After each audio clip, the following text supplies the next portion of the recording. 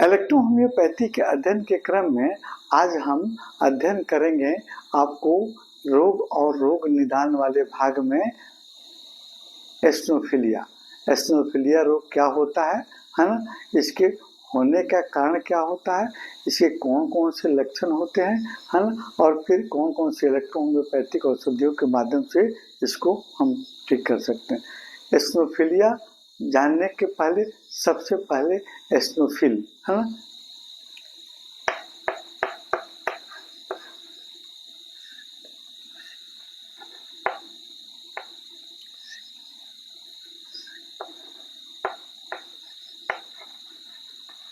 Eosinophils, है ना, eosinophils क्या होता है ना, एसिनोफिल्स ये आपका WBC, है ना, व्हाइट ब्लड कॉर्पस का एक प्रकार होता है ना, और ये हमारे इम्यून सिस्टम का, है ना, एक बहुत बड़ा आपका भाग होता है ना।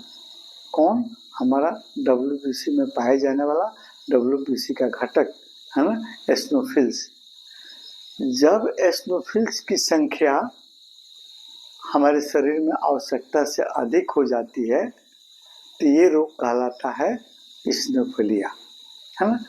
एसिनोफिल की संख्या हमारे शरीर में होती है 1 से 6% ब्लड में, है ना, और फिर अगर इसकी संख्या इससे सामान्य संख्या से अधिक बढ़ जाती है तब हम इसको कहते हैं एसिनोफिलिया, है ना।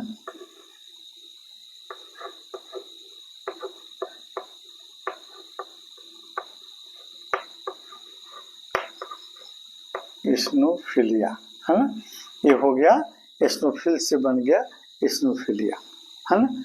जब शरीर में, हमारे शरीर के ब्लड में इसकी संख्या 1 से 6% होती है, अगर इससे अधिक बढ़ जाती है तो वो रोग एसिनोफिलिया के रोग से नाम से जाना जाता है ना। अब हम इस चीज को देखेंगे होने का कारण, किस कारण से होता है।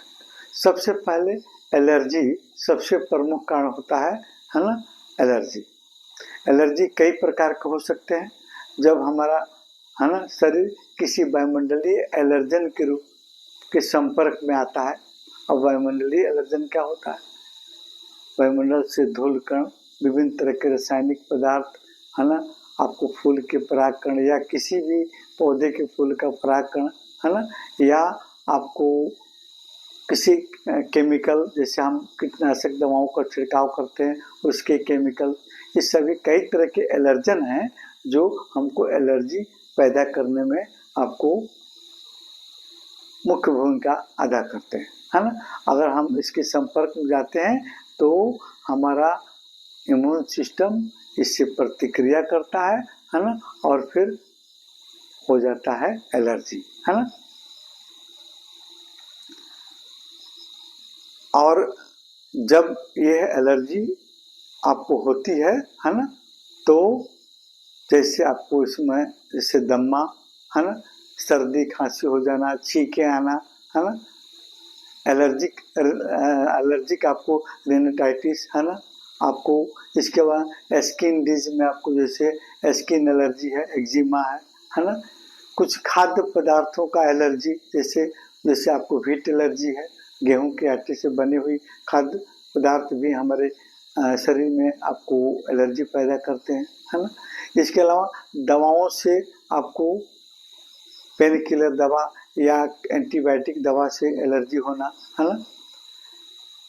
इस परिस्थिति में आपको जब एलर्जी होगी तो एसिनोफिल्स की संख्या आपको बढ़ जाती है ना।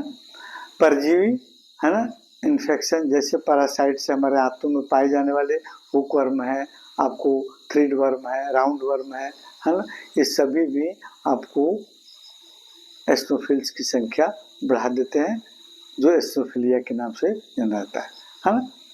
इसके अलावा आपको फाइलेरियासिस, है ना, और एमियोबाइसिस, है ना, ये सभी रोग भी, इसमें भी आपको एसिनोफिल्स की संख्या आपको बढ़ जाती है। स्किन डिजीज में जैसे एक्जिमा है, सोराइसिस है, डर्मेटाइटिस है, इस कंडीशन में भी आपको एसिनोफिलिया की एस्टोफिल्स की संख्या बढ़ जाती है ना। और रिस्पिरेटरी डिजीज है ना, जैसे आपको ब्रोंकियल अस्थमा है ना, और फिर ब्रोंकाइटिस है ना, सिंपल अस्थमा है, इस सब भी रोग में भी आपको एस्टोफिल की संख्या आपको बढ़ जाती है। इसके अलावा ऑटो इम्यून आपको डिजॉर्डर है ना, ऑटो इम्यून डिजॉर्डर में हमारे शरीर का इम्यून सिस्टम है ना गलती से अपने ही स्वस्थ सेल पर हमला करके उन्हें नष्ट कर देता है, जिसके कारण कुछ रोग उत्पन्न होता है, जैसे रेमोटॉइड आर्थराइटिस है ना, या आपको ल्यूपस है ना। और ये भी, इसमें भी आपको इस तरह के रोग में भी आपको एस्टोफिल की संख्या आपको बढ़ जाती है। Arthritis, rheumatoid arthritis immune system का डिजीज है ना। इस रोग के होने के फलस्वरूप भी आपको उस परिस्थिति में अगर आप टीसी कराएंगे है ना, तो उसमें आपको एस्टोफिल्स की संख्या बढ़ी हुई पाई जाती है। कुछ दवाओं के प्रभाव है ना, जैसे पेन किलर है, एंटीबायोटिक है ना, इसके चलते भी एलर्जी पैदा होती है, अर्टिकेरिया हो जाती है, शरीर पर, चमड़ी पर, स्किन पर रेशेस निकलते हैं है ना। उस परिस्थिति में भी आपको एस्टोफिल्स की संख्या आपको बढ़ जाती है ना। अन्य कारण में जैसे एडिशंस डिजीज है ना, किडनी पर पाए जाने वाला आपका एडिनल ग्लैंड्स है ना, अगर हार्मोन्स का स्राव नहीं निकाल कर पाता है ना, उस परिस्थिति में है ना कई तरह के आपके शरीर में उपद्रव होते हैं, उसके फलस्वरूप भी आपको एस्टोफिल्स की संख्या बढ़ जाती है। सिम्टम में आपको हर तरह के रोगों का, जहाँ भी एलर्जी होगी उसके हिसाब से अलग अलग सिम्टम देखने को मिलते हैं। रिस्पिरेटरी ऑर्गन से संबंधित सिम्टम में जैसे दम फूलना है ना, सांस से कठिनाई से आना, छींक आना, सर्दी होना है ना, ये सब सिम्टम देखने को मिलते हैं है ना।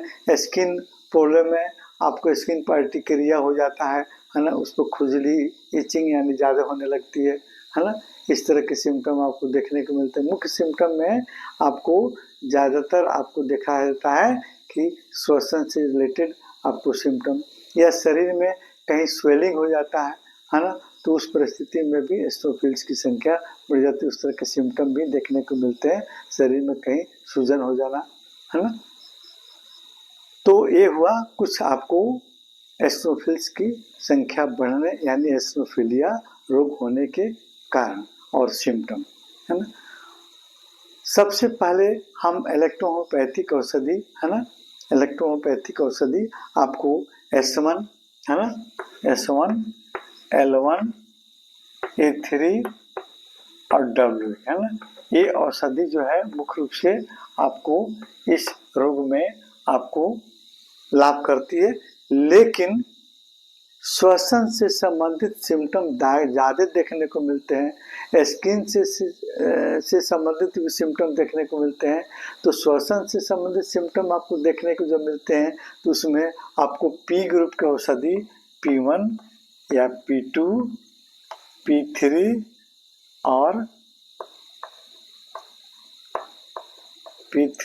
और P4 है ना, ये आपको P4 की आवश्यकता पड़ सकती है ना, क्योंकि ये श्वसन में आपको रोगों में मुख्य भूमिका अदा करते हैं है ना। तो इन सभी औषधियों को आप 3rd डाइल्यूशन में या 5th डाइल्यूशन में प्रयोग करेंगे या 10th डाइल्यूशन में प्रयोग करेंगे, तो आपको एस्टोफिल्स की संख्या घट सकती है ना, और सारे सिम्टम आपको दूर हो सकते हैं है ना। कभी कभी जो है आपको अन्य औषधियों की भी आपको मदद देने की आवश्यकता पड़ सकती है, जैसे आपको एम्बियोसिस में है ना, या फिलेरियासिस में है ना, S ग्रुप की S5 की भी आवश्यकता पड़ सकती है, C ग्रुप की औषधि C5, C13 की भी आवश्यकता पड़ सकती है ना। स्किन रेसेस में है ना, आपको C ग्रुप की औषधियों को S1, S ग्रुप के साथ में हम प्रयोग कर सकते हैं है ना, भिन्न तरह के सिम्टम में आपको देखें। एक्सटर्नल में आपको स्किन रेसेस में एक्सटर्नल का भी हम प्रयोग कर सकते हैं है ना। और ये जो है आपको श्वसन से रिलेटेड जो डिजीज है उसमें जैसे एडल्ट कोई है तो P1 की हम मदद लेंगे, और लेडीज है तो फिर P3 का, बच्चे हैं तो P3 का, और एडल्ट आप ओल्ड एज हो तो फिर वहाँ P4 की आवश्यकता हमें पड़ सकती है ना, इस तरह के रोगों में, है ना। यानी आपको स्नोफिल्स की संख्या बढ़ती है, उसके फलस्वरूप जो जो सिम्टम रोग आपको देखने को मिलते हैं उसके हिसाब से हमको ट्रीटमेंट देने पड़ेंगे, लेकिन मुख्य रूप से S1, L1, A3 ये आपको औषधि और दवाई ज़्यादा कारगर होती है ना।